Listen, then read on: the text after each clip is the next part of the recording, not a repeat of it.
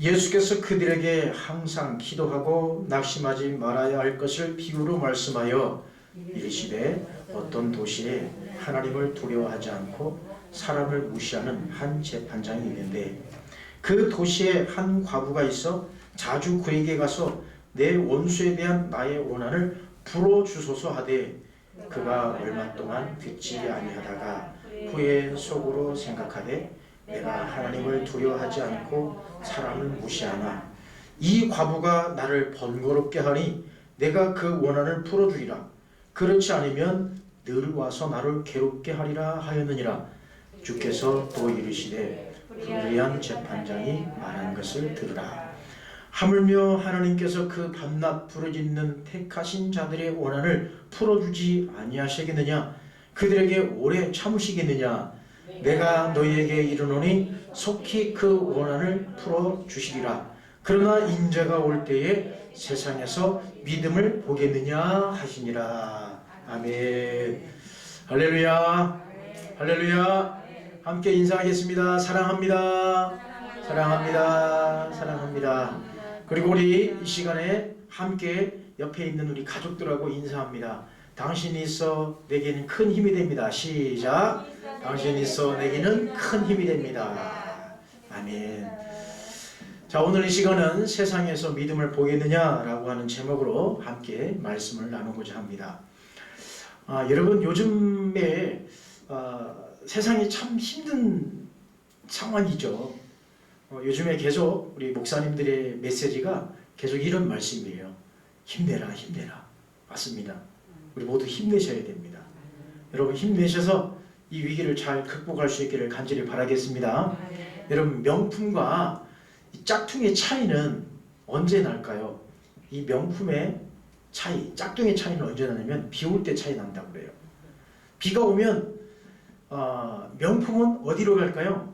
이 가슴품으로 들어가는 거예요. 그러나 짝퉁은 어디로 들어갈까요? 예, 머리 위로 올라갑니다.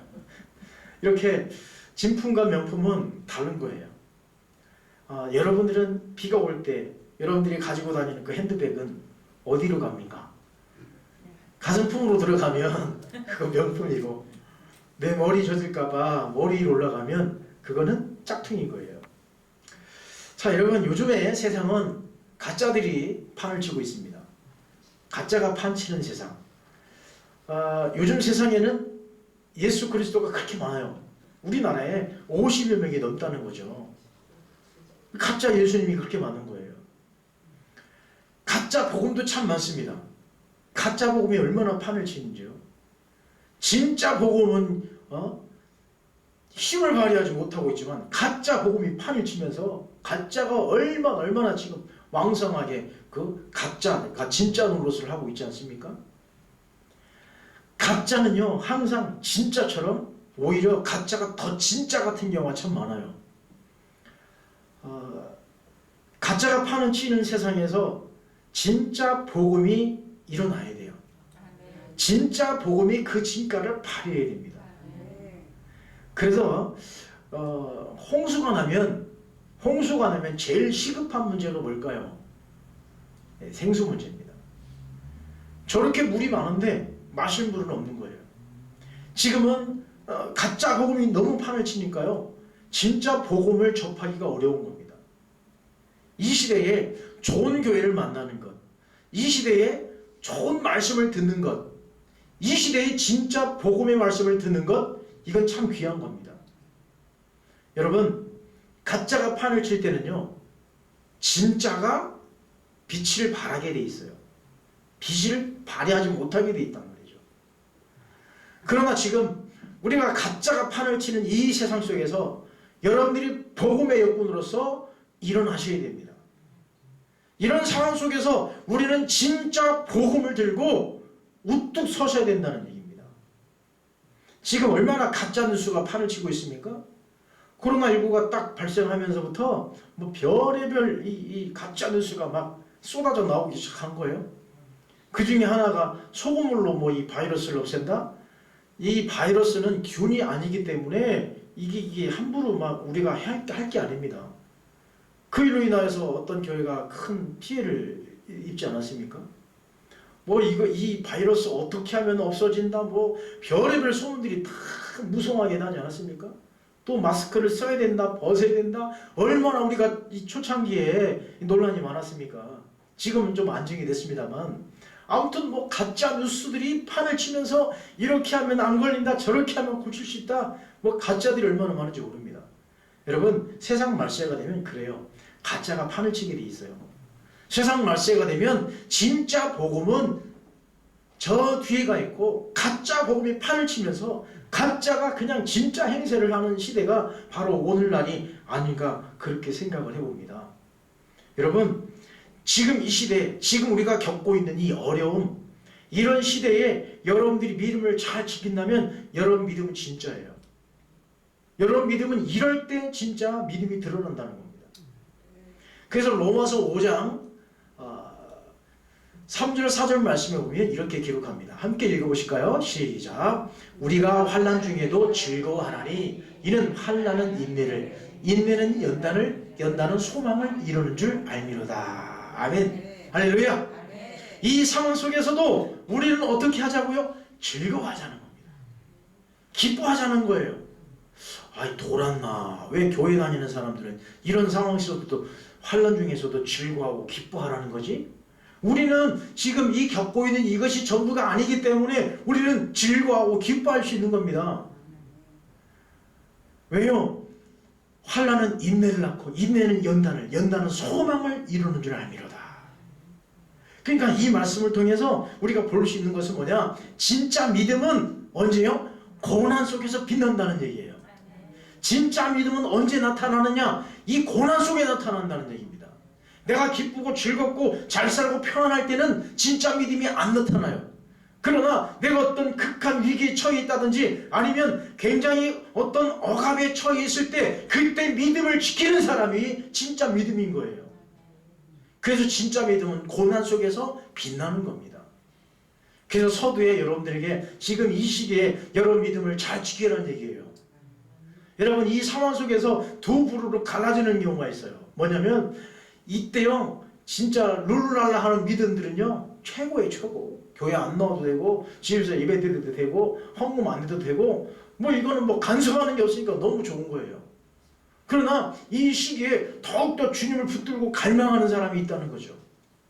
이 시기에 더 애절하게 주님의 은혜를 간구하는 사람이 있다는 거죠. 여러분, 어떤 부류입니까? 진짜 믿음이, 이때 믿음을 지키는 자가 진짜 믿음이에요. 자, 그러면 진짜와 가짜를 구분하는 말씀이 성경 말씀이 나옵니다. 누가복음 21장에 가면 거기 가라지비유가 나와요. 저는 시골에서 농사를 지은 그 경험들이 참 많은데요. 그때에 나중에 이제 벼농사나 보리농사를 다 짓고 나서 그 다음에 콩농사를 다 짓고 나서 뭐 하냐면 추수를 합니다. 추수를 해서 다 이제 곡식들을 다 이제 타작을 한 다음에 다 한 데 모아서 뭐 하냐면 바로 이걸 하는 거예요. 저게 뭐죠? 키질이란 말이죠. 저걸 이렇게 어머니들이 이렇게 키질을 하면 알곡은 안으로 들어오고 쭉정이는 어떻게 됩니까? 저 바깥으로 이렇게 바깥으로 날아가게 돼 있어요. 뭐 요즘에 저거 하는 데 없어요. 저렇게 하는 데 없습니다. 기계도 다 하니까요. 그리고 요즘에는 농사 기법이 좋아서 다 알곡으로, 웬만하면 알곡으로 다 추수를 합니다. 얼마나 좋은 세상인지 몰라요. 그러나 옛날에는 저렇게 했단 말이죠. 저렇게 키질을 하면 알곡은 이 키 안으로 싹 들어오고 쭉정이는 저 바깥으로 다 나가는 거예요. 그 가라지 쭉정이들을 어떻게 합니까? 풀무불에 던져버린다는 겁니다. 마태복음에 나오고 누가복음에 나오는데요. 마태복음 13장에 저렇게 나옵니다. 풀무불에 던져 넣으리니 거기서 울며 이를 갈게 되리라. 제가 어렸을 때도 마찬가지예요. 벼농사를 다 짓고 저렇게 쭉정이들을 모아가지고 논에 불태우는데요. 저 논에서 저게 며칠씩 타는 거예요. 하루아침에 타는 게 아니라 그 안에서 조금씩 타기 시작해서 한 이틀 3일씩 타는 거예요. 얼마나 그 안에는 뜨거울까. 여러분, 여러분들은 가라지가 되시면 안 됩니다. 여러분들은 알곡 되시길 바랍니다. 알곡 성도 되시기를 간절히 축원합니다. 알곡이 돼야 진짜 믿음인 거예요. 진짜 믿음은 언제 나타난다고요? 지금 이런 환난과 어려운 시기에 진짜 믿음이 나타나는 거예요.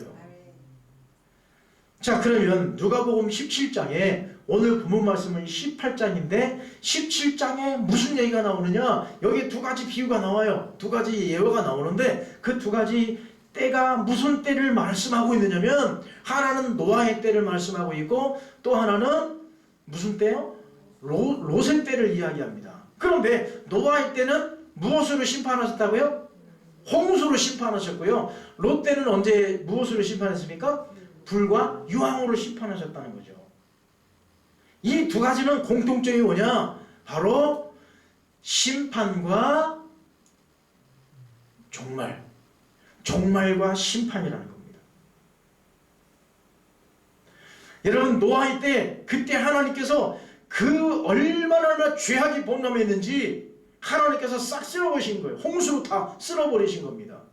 왜냐하면 이 노아의 시대에 얼마나 타락했냐면 사람들이 사람 죽이는 것을 아주 우습게 여겼습니다. 사람을 죽이고 난 다음에 그것을 가지고 노래를 불렀단 말이죠. 사람 죽여놓고 하나님을 점점 멀리하니 사람 죽이는 것 일도 아니었습니다. 그냥 사람 죽이는 것을 밥 먹듯이 했어요. 그리고 사람 죽여놓고 뭐 했다고요? 노래 부른 거예요. 지금으로 말하면 사람 죽여놓고 뭐 한 거예요? 그 사람 고기 맛본 거하고 똑같은 겁니다. 그렇게 타락한 때가 노아의 때예요. 그리고 롯도 마찬가지입니다. 이 성이 얼마나 문란했는지 왜 하나님께서 유황불로 태워서 심판하셨을까? 이 에이즈라고 하는 병은 태우는 방법밖에 없어요. 그래서 하나님께서 불로 유황으로 심판해 버리신 거예요. 이 두 때는 종말과 심판과 종말을 암시해 주시고 있는 것입니다. 그런데 누가복음 17장에 이렇게 말씀하시고 또 누가복음 21장에 가면 어떤 말씀을 하고 있냐면 말세에 나타날 징조를 말씀해 주고 있습니다. 자, 여기에 누가복음 21장 10절과 11절 말씀 함께 읽어보실까요? 시작. 또 이르시되 민족이 민족을 나라가 나라를 대적하여 일어나겠고 곳곳에 큰 지진과 기근과 전염병이 있겠고 또 무서운 일과 하늘로부터 큰 징조들이 있으리라. 아멘. 여러분, 나라와 나라들이 대적한다는 거예요. 이건 우리가 지금 보고 있는 거 아니겠습니까? 여러분들이 지금 전 세계가 다 평화, 겉으로는 손을 내밀고 평화를 이야기하지만 다 자국의 이익을 위해서 그러는 겁니다. 다 자국의 국방비를 막 키하고 수적으로 올리고 있지 않습니까? 민족과 민족들이 대적하는 거예요. 또 큰 지진이 있고 기근이 있고 전염병이 있다는 거예요. 이거 여러분 우리가 너무나 잘 알잖아요. 계속해서 지진이 일어나지 않습니까? 지금 우리나라도 지진이 계속 일어나고 있어요. 그리고 기근, 가난 이것들이 전 세계를 지금 막 휩쓸고 있지 않습니까? 지금 우리는 잘 먹고 있지만 기근으로 고난당하는, 고통당하고 있는 그 나라들은 이루 말할 수 없어요. 그리고 전염병 보십시오. 전염병. 여러분, 이 코로나19가 오리라는 생각 해보셨어요? 이런 바이러스가 우리에게 오리라는 생각 해보셨습니까? 여러분, 계속해서 지금 사스나 메르스나 이것들이 계속해서 오지 않았습니까? 이 코로나19가 진정되면 이제 바이러스에서 해방될 것 같습니까? 아니에요. 또 다른 변이된 바이러스가 또 올 수도 있다는 거죠. 그럼 뭐냐? 이런 것들이 바로 말세에 나타나는 징조라는 거예요. 그러나 여러분, 우리 이것을 잘 보셔야 돼요. 이단들은 이것을 어떻게 이용하느냐? 이것을 이렇게 이용합니다. 무엇으로요? 공포로. 이단들은 이런 내용들을 이야기하면서 여기 오지 않으면 구원받지 못한다. 지금 깨어있지 않으면 다 죽는다. 막 이렇게 공포감을 주면서 자기들의 교리를 믿게 하는 거예요. 그러나 예수님은 이것을 공포로 말씀하지 않으셨어요. 이것을 공포로 말씀하지 아니하시고 18절 19절 말씀에 이렇게 말씀합니다.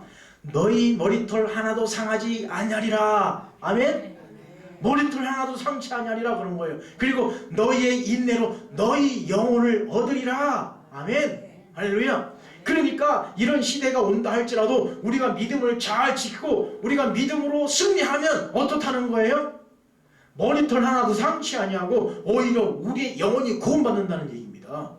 할렐루야. 그러니까 말세 이야기하고 심판 얘기하고 뭐 이렇게 징조 이야기하면 사람들이 막 공포감에 휩싸여. 아유 큰일 났네 큰일 났네. 그게 아니라 오히려 주님 만나는 날이 가까이 온다는 겁니다. 할렐루야. 여러분, 여러분의 부모님을 만나는데 뭐가 무섭습니까? 여러분의 부모님을 만나는데 뭐가 공포입니까?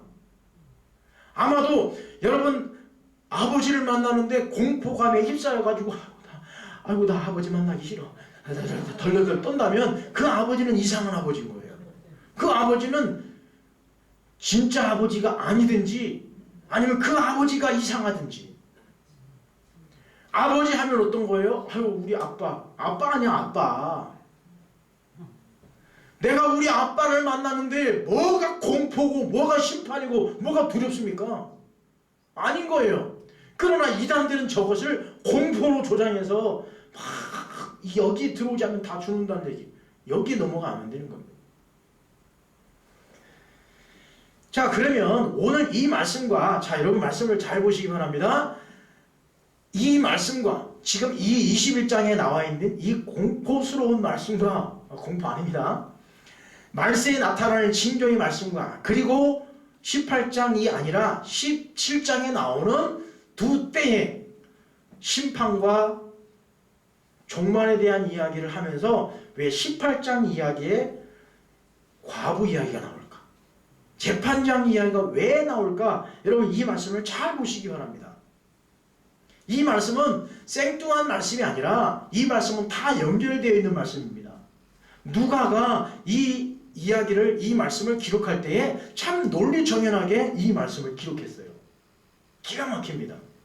오늘 본문, 우리가 읽은 이 본문 말씀을 우리가 쉽게 이렇게 이해할 수 있어요. 기도 열심히 해야 된다. 기도 포기하지 말고 끝까지 해야 된다. 라고만 이 말씀을 본다면 이 이면에 숨겨져 있는 예수님의 말씀을 우리가 보지 못하는 거예요.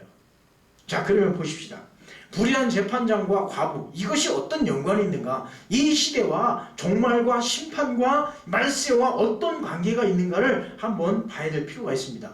오늘 등장하는 사람 두 사람이 등장하죠. 한 사람은 누구예요? 불의한 재판장이고 또 한 사람은요? 과부입니다. 불의한 재판장과 과부를 한번 비교해 보십시오. 불의한 재판장은 어떤 사람입니까? 그야말로 큰 사람이에요. 저 글씨도 보십시오. 크잖아요. 과부는 어떻습니까? 그야말로 작은 존재죠. 너무너무 작은 존재입니다. 이 불의한 재판장은 하나님을 두려워하지 아니하고 자기 멋대로 사는 사람이에요. 믿음으로 사는 사람이 아니란 말입니다. 그런데 어느 날 과부가 불의한 재판장에게 찾아와서 무엇을 요구하죠? 나의 억울함을 풀어달라고 이야기하는 거예요. 그런데 이 과부가 이 불의한 재판장에게 찾아가서 한두 번 얘기하는 것이 아니라 계속 졸졸 쫓아다니는 거예요. 아침이면 아침, 점심이면 점심, 저녁이면 저녁 계속 쫓아다니는 거예요. 그것도 부족해서 새벽에도 찾아가고 밤 12시에도 찾아가지고 계속 문을 두드리는 거예요. 내 원한 좀 풀어달라, 내 원한 좀 풀어달라. 여러분 어떠세요? 이런 사람 만나면 어떨까요? 이 골치 아픈 거예요. 그러니까 불의한 재판장이 무엇을 결단합니까? 이 여자 이 안 들어주면 내가 편안할 수 없으니까 그냥 내가 들어줘야 되겠다. 들어주는 거 원한을 풀어주는 거예요. 지금 이 과부는 불의한 재판장이 갈 때에 뇌물도 들고 가지 않았어요. 아무것도 없는 거예요. 그저 가져갈 게 없으니까 그저 가서 그냥 막 억지 부리는 거예요. 나 좀 이 원한 좀 풀어달라고. 그럴 수밖에 없죠. 가져갈 뇌물이 있습니까? 뭐가 있습니까? 아무것도 없는 거예요. 과부, 이 시대의 과부는요 최고의 약자예요. 그러니 저 큰 사람을 대할 때 어떻게 대합니까? 또 보십시오. 저 과부가 불의한 재판장에 갔을 때에 뭐 어떤 고소장을 들고 갔습니까? 아니면 법원에 가서 뭐 재판을 해달라고 신청을 했습니까? 아무것도 없는 거예요. 그냥 어떻게 가서 무작정 가서 달려드는 거예요. 나 좀 이 원한 좀 풀어달라고.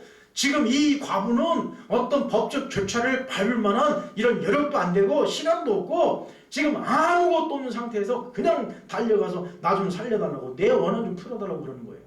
그러자 저 불의한 재판장이 어떻게 했어요? 그래, 자기 편하려고 들어주시는 거예요. 자, 그러면 이 과부와 불의한 재판장 사이에는요 넘나들 수 없는 경계선이 있는 거예요. 넘어갈 수 없어요. 왜 그렇습니까? 왜냐하면 이 불의한 재판장은 지도자 계층이 있대. 지도자 계층에다가 거기에 막강한 권력이 있어요.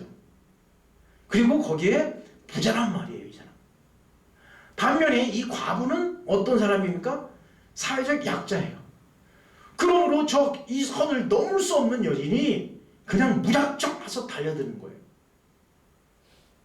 자, 그럼 여기서 불의한 재판장과 과부는 어떤 의미일까? 불의한 재판장은요, 믿음을 포기할 정도의 환난과 핍박 시대를 의미하는 겁니다. 누가가 이 누가복음을 기록할 당시에는 지금 초대교회가 형성이 돼서 막 교회가 세워지면서부터 환난과 핍박이 들어오기 시작한 거예요. 우리가 사도행전 말씀 보지 않았습니까? 누가가 이 누가복음을 기록할 당시에는 믿음을 포기할 정도로 환난과 핍박에 시대했다는 겁니다. 그러니 이 시대에 믿음을 지킬 사람이 얼마나 있을까? 그러면 저 과부는 무엇을 의미할까요? 저 과부는 기도해야 될 성도를 의미하는 겁니다. 기도해야 될 성도. 여러분, 이 과부가 저 불의한 재판장 그 어떤 권력과 그 힘에 굴복할 수밖에 없어요. 그러나 이 예수님께서는 지금 이 말씀을 통해서 무엇을 말씀하고 있냐면 저 불의한 재판장처럼 믿음을 포기할 정도의 환난과 핍박이 있는 이 시대에 정말 너희를 포기하겠느냐 이거예요. 포기하지 말라는 거죠. 자, 한번 읽어보실까요? 하물며 하나님께서 택한 자들의 원한을 풀어주지 아니하시겠느냐. 예수님이 뭐라고 말씀하십니까? 저 과부의 그 원한도 불의한 재판장이 들어주시는데 하물며 선하신 하나님께서 택하신 백성들의 그 원한을 풀어주시지 아니하시겠느냐. 아멘. 당연히 우리의 기도 들어주신다는 거예요. 당연히 우리의 기도 다 응답해 주신다는 거예요. 그러므로 환난과 핍박이 온다 할지라도 절대 믿음 포기하지 말라 그 이야기예요. 절대 믿음 포기하면 안 된다는 얘기입니다. 끝까지 믿음 붙들고 기도로 승리하시라는 얘기예요. 아멘? 여러분, 이제 왜 이 불의한 재판장과 과부 얘기를 예수님께서 말씀하시는가 이제 아시겠습니까? 그러면서 예수님께서 뭐라고 말씀하십니까? 세상 끝날에 믿음을 포기했느냐. 이렇게 환난과 핍박을 받을 때 믿음 지키면서 기도할 사람이 과연 있겠느냐. 지금 이 질문을 우리에게 던지고 계시는 거예요. 너희들 이렇게 어려운 상황에서 너희 믿음 포기하지 않고 끝까지 믿음 지킬 사람이 얼마나 되겠느냐라고 하는 겁니다. 여러분, 이 말씀이, 이 질문이 우리에게 던져지는 말씀이 되셔야 됩니다. 이 말씀이 내 말씀이 되셔야 되는 거예요. 세상에서 믿음을 보겠느냐? 이렇게 어려운 시대에, 이렇게 환난한 시대에, 이렇게 핍박의 시대에 너희들이 믿음 포기하지 않냐고 끝까지 믿음 지킬 사람이 얼마나 있겠느냐? 나는 너희들의 기도를 응답해 주겠고 너희들의 간구를 내가 들어줄 건데 너희들은 이 시대에 믿음을 지킬 사람이 얼마나 있겠느냐? 여러분, 이거 참 우리 지금 이 시대에 우리에게 던져지는 질문 아니겠습니까? 지금 이 시대에 똑같이 믿음이 양분되고 있어요. 믿음 없는 사람은 좋아요. 교회 수시로 빠진 사람들은 참 좋아요, 지금요. 그러나 믿음을 포기할 수 없는 사람들은 너무너무 애절합니다. 하루하루가 너무너무 답답한 거예요. 하루하루 주님 성전에 나와서 기도하고 가야 될 사람들이 그거 못하니까 답답해 죽는 거예요. 그러나 여러분, 이 시대에 이러한 이 시기에 여러분 믿음 포기해서는 안 됩니다. 끝까지 믿음 붙들고 이기셔야 됩니다. 믿음 포기하시면 안 되는 거예요. 여러분, 마귀가 얼마나 지금 좋아하겠습니까? 너희들 편하니까 좋지. 얼마나 지금 마귀가 우리 주변에서 웃고 있을까? 여러분, 아닙니다. 이기셔야 돼요. 아무리 믿음을 포기할 정도로의 환난과 핍박이 온다 할지라도 이거 이기셔야 됩니다. 우리가 함께 모여서 예배를 드리지 못하는 상황이다 할지라도 여러분 애통하셔야 됩니다. 오히려 더 갈망하셔야 돼요. 오히려 이 온라인 예배를 통해서 여러분들이 더 믿음을 사모하고 말씀을 사모하고 은혜를 사모해야 되는 줄 믿습니다. 이거 잃어버리면 다 끝나는 거예요. 지금 많은 목사님들이 걱정하는 게 뭔지 아십니까? 이것이 버릇이 될까봐, 교회 안 나오는 것이 버릇이 될까봐 그것이 걱정이 되는 거예요. 그러나 여러분, 저는 걱정 안 돼요. 나올 사람 나오고요, 안 나올 사람 안 나오는 거예요.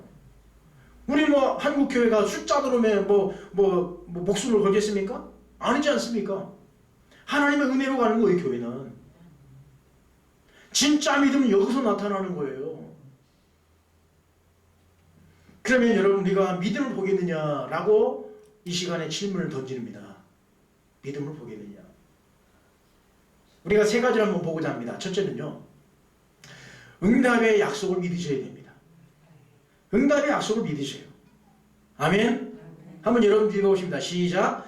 응답의 약속을 믿으라. 자, 시편 50편 15절입니다. 함께 있습니다. 시작. 환난날에 나를 부르라. 내가 너를 건지리니 내가 나를 영화롭게 하리로다. 할렐루야. 응답해 주신다는 거예요. 너희들이 구하면 응답해 주신다는 거예요. 그러니까 여러분, 우리가 구할 것이 무엇입니까? 하나님, 이 코로나가 하루속히 진정되게 해주십시오. 이것도 중요하지만 하나님, 이런 상황 속에서 내 믿음 잘 지키게 해달라고 기도하셔야 되는 거예요. 하나님, 내가 믿음 포기하지 않게 해달라고 그거 기도하는 것입니다. 환난 날에 나를 부르라. 건져주신다는 거예요. 그리고 예레미야 33장 3절입니다. 잘 아시는 말씀이죠. 함께 있습니다. 시작. 너는 내게 부르짖으라. 내가 내게 응답하겠고 내가 알지 못하는 크고 은밀한 일을 내게 보이리라. 아멘. 여러분, 주님 앞에 기도하십시오. 주님 앞에 간구하십시오. 응답이 있는 줄 믿습니다. 우리의 믿음의 줄을 잡는 것은 뭡니까? 포기하지 않고 기도하는 거예요. 하나님, 이 환난 시대에, 이 어려운 시대에 우리에게 주시는 메시지가 무엇입니까? 하나님, 내게 주시는 메시지가 무엇입니까? 하나님, 우리 교회를 향한 메시지가 무엇입니까? 하나님, 우리 한국교회를 향한 메시지가 무엇입니까? 이거 구해야 되지 않겠습니까? 하나님, 오늘 다 마스크 사게 해주시라고 기도하지 마시고요, 그거 기도하는 게 기도가 아니란 말이에요. 이 상황 속에서 하나님의 은혜를 구하는 거예요. 하나님, 내가 무엇을 구해야 됩니까? 하나님, 내가 이 시점에서 내가 할 수 있는 게 무엇입니까? 그 은혜를 구하는 것이 믿음의 사람이지, 마스크 달라고 기도하는 거, 그거 기도 아닙니다. 그 다음에 두 번째요. 두 번째는 바로 이겁니다. 함께 읽어보십니다. 시작. 인내로 기다리라. 아멘. 인내로 기다리는 거예요. 여러분, 이 시기 우리가 인내하셔야 됩니다. 좀 참을 수 있어야 돼요. 교회 오고 싶으셔도 조금만 참으세요. 여러분, 저를 이상한 목사라고 오지 마시기 바랍니다. 교회에 오지 말라는 얘기가 아니라 지금 사회적 거리두기로 인하여서 이게 빨리 진정돼야 우리가 모이니까 이걸 빨리 우리가 이것을 소멸하기 위해서는 우리가 이렇게 해야 되는 거예요. 요 시대에 인내하자는 겁니다. 우리가 보고 싶은 거 조금 참으시고, 만나고 싶은 거, 또 같이 밥 먹고 싶은 거 조금만 참자는 거예요. 조금만 인내하자는 겁니다. 자, 야고보서 5장 7절입니다. 함께 했습니다. 시작. 그러므로 형제들아, 주께서 강림하시기까지 길이 참으라. 보라, 농부가 땅에서 나는 귀한 열매를 바라보고 길이 참아 이른 비와 늦은 비를 기다리나니. 아멘. 참으라는 거예요. 여러분, 이것이 진정될 때까지 조금만 참으십시오. 그래서 인내로 기다리라는 겁니다. 바로 예수님께서도 말씀하시는 이 말씀은 뭐냐? 바로 예수님께서 18장 말씀을 통해서 무슨 말씀하시냐면 예루살렘이 멸망할 것이라는 거예요. 그것도 예수님께서 잡혀서 돌아가신 것을 말씀하고 계십니다. 그 상황 속에서 분명히 이 말씀을 주시면서 세상에서 너희들 믿음 보겠느냐? 그러니 너희들 믿음 잘 지켜라. 내가 죽을 때가 오고 예루살렘이 멸망할 때가 오는데 그때라도 너희들 믿음 잘 지켜라. 그 말씀하고 있는 거예요. 참으라는 겁니다. 여러분, 우리가 어떤 일이 생기고 문제가 생겼을 때 우리가 그 문제를 해결하고 우리가 막 달려들면 오히려 문제가 해결 안 돼요. 누가 하시도록 두셔야 됩니까? 하나님이 하시도록 두셔야 됩니다. 이 코로나 바이러스 이것도 마찬가지예요. 하나님이 하셔야 되는 거예요. 하나님이 하시도록 우리는 기도하십시다. 우리가 아무리 하려고 달려들어도 더 문제 생기는 거예요. 인내함으로 기다리는 겁니다. 그 다음에 세 번째는 무엇일까요? 세 번째는 이겁니다. 함께 읽어봅시다. 시작. 기도로 최선을 다하라. 여러분, 이 상황 속에서 우리가 최선을 다할 수 있는 방법이 뭘까요? 기도하는 겁니다. 있는 처소에서 열심히 사는 거예요. 있는 곳에서 부지런히 사는 겁니다. 있는 곳에서 최선을 다하는 거예요. 그 최선이 뭐냔 말이죠. 그 최선은 뭐라고요? 기도하자는 거예요. 지금 한국교회 전체가 일어나야 됩니다. 한국교회 전체가 기도의 이 불꽃을 활활 타올라야 됩니다. 있는 곳에서, 삶의 일터에서. 우리는 그동안에 기도하면 어디서 기도해야 된다고 생각했어요? 교회 와서 기도해야 된다고 생각했는데 아니에요. 이제는 기도하는 그 자리가 교회에서 가정으로 다시 옮겨가야 됩니다. 기도하는 그 자리가 가정에서 삶의 일터로 다시 옮겨가는 거예요. 있는 곳곳에서 최선을 다하자는 겁니다. 있는 곳곳에서 기도로 최선을 다하자. 여러분, 우리가 주님이 있는 그곳이면 다 천국 아니겠어요? 내가 있는 곳이 주님이 있는 곳입니다. 내가 가는 곳이 주님이 가는 곳인 줄 믿습니다. 그 은혜로 여러분 모두가 기도로 최선을 다해서 승리하시기를 간절히 바랍니다. 요한복음 15장 7절입니다. 함께 했습니다. 시작. 너희가 내 안에 거하고 내 말이 너희 안에 거하면 무엇이든지 원하는 대로 구하라. 그리하면 이루리라. 아멘. 너희 안에 거하라는 거예요. 내가 너희 안에 거하고 너희가 내 안에 거하면 원하는 대로 구하라. 여러분, 우리가 하나님 말씀대로 살고 주님 안에서 산다고 하는 것은 뭐냐? 항상 주님과 영적인 교류가 있는 거예요. 하나님과의 영적인 소통이 끊이지 않는 겁니다. 그건 뭐냐? 기도라는 겁니다. 기도로 최선을 다하는 거예요. 기도로 있는 곳에서 항상 기도하는 것입니다. 여러분, 종말이 온다 할지라도 두려워하지 마십시오. 세상 심판날이 온다 할지라도 걱정하지 마십시오. 그것은 우리를 위한 심판이고 우리를 위한 구원이고 우리를 위한 종말인 줄 믿습니다. 그러므로 여러분, 지금 이 시대가 아무리 암울하고 이 시대가 아무리 지금 종말과 같은 시대다 할지라도 여러분, 우리는 그거에 연연하는 것이 아니라 우리 믿음으로 사는 거예요. 하루하루를 믿음으로 최선을 다해서 하는 것입니다. 예수님께서 우리에게 묻습니다. 세상에서 믿음을 보겠느냐? 오늘 이 말씀을 잘 기억하십시오. 이 말씀을 하신 이유가 있어요. 누가복음 18장 1절부터 이 8절까지 말씀을 하신 목적이 뭐라고요? 바로 이겁니다. 함께 읽어보십니다. 시작. 예수께서 그들에게 항상 기도하고 낙심하지 말아야 할 것을 비유로 말씀하여. 아멘. 이걸 위해서 재판장과 과부에게 한 거예요. 기도하고 낙심하지 말아야 할 것을 비유로 말씀하고 있다. 아무리 어려운 시대가 온다 할지라도, 아무리 환난과 핍박이 온다 할지라도, 아무리 세상이 무너질 것 같은 그런 시대가 온다 할지라도 기도하고 낙심하지 말아라. 그 말씀입니다. 여러분, 믿음을 잘 지켜나가십시오. 끝까지 여러분 믿음으로 승리하시기 바랍니다. 여러분, 한 번만 더 따라합시다. 지금 이 시대에 믿음을 지키는 것이 진짜 믿음이다. 여러분, 진짜 믿음입니까? 여러분은 진정한 믿음의 사람이 될 수 있기를 간절히 축원합니다. 기도하겠습니다. 거룩하신 하나님 아버지, 감사합니다. 가부가 불의한 재판장에게 자기의 억울함을 호소했을 때 불의한 재판장은 그가 편하기 위해서 과부의 소원을 들어줍니다. 그러나 하물며 전지전능하시며 우리의 아버지가 되신 하나님께서 택하신 우리 백성들의 원한을 풀어주시지 아니하겠느냐라고 말씀하고 있으며, 그리고 세상에서 이 마지막 시대에 믿음을 보겠느냐라고 말씀하시는 그 예수님의 음성을 우리가 듣게 하여 주옵소서. 하나님, 우리 모두가 이 시대에 진정한 믿음을 지켜나갈 수 있도록 인도하여 주옵소서. 하나님 아버지, 믿음을 잘 지켜서 승리하게 인도하옵소서.